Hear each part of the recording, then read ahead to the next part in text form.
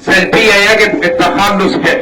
أول عنصر بعد الترحيب بمديرنا الفاضل، زملائي أعضاء هيئة التدريس الكرام، أعزائي الطلبة والطالبات، الكلمة اللي هنقدمها تحت عنوان عادات سلبية يجب التخلص منها. وهي أول عادة هي عادة التدخين، ضار جدا بالصحة. طبعا هناك عدة أضرار، أولا أضرار صحية وأضرار اقتصادية للتدخين.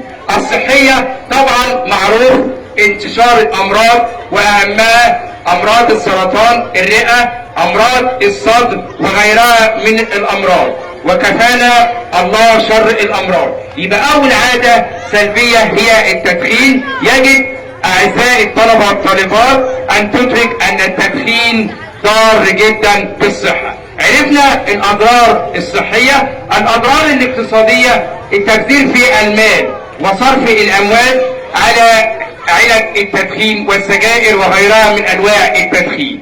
هناك أعزائي الطلبة والطالبات نوعين من التدخين: التدخين الإيجابي اللي هو المدخن بنفسه، والتدخين السلبي اللي احنا بنتعرض له غصب عننا كطلبة وكأولياء أمور وغيرها. يبقى نقضي على ظاهرة التدخين السلبي. التدخين السلبي ده كلنا بنتعرض له، وطبعا في دروس الدراسات الاجتماعية خدنا التلوث البيئي والأدخنة اللي موجودة من حرق قش الأرز وغيرها من التلوث البيئي، وهذا من أخطر من حرق قش الأرز وهو التدخين، جميع أنواع التدخين السلبي. يبقى كده عرفنا أعزائي الطلبة والطالبات أضرار التدخين. أول حاجة أضرار صحية، أضرار اقتصادية وغيرها من أمراض التنفس. وعرفنا نوعين من أنواع التدخين: التدخين السلبي والتدخين الإيجابي. الإيجابي هو المدخن بنفسه، وهو يعني إيه؟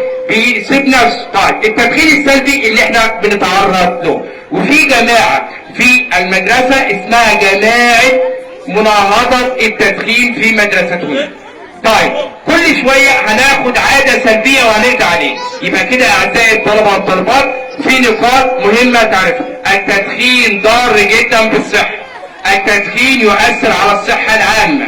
التدخين هناك نوعين من التدخين: التدخين السلبي اللي احنا بنتعرض له غصب عننا، ودي نسبة كبيرة بيحس لنا الأمراض من غير ما تعرف.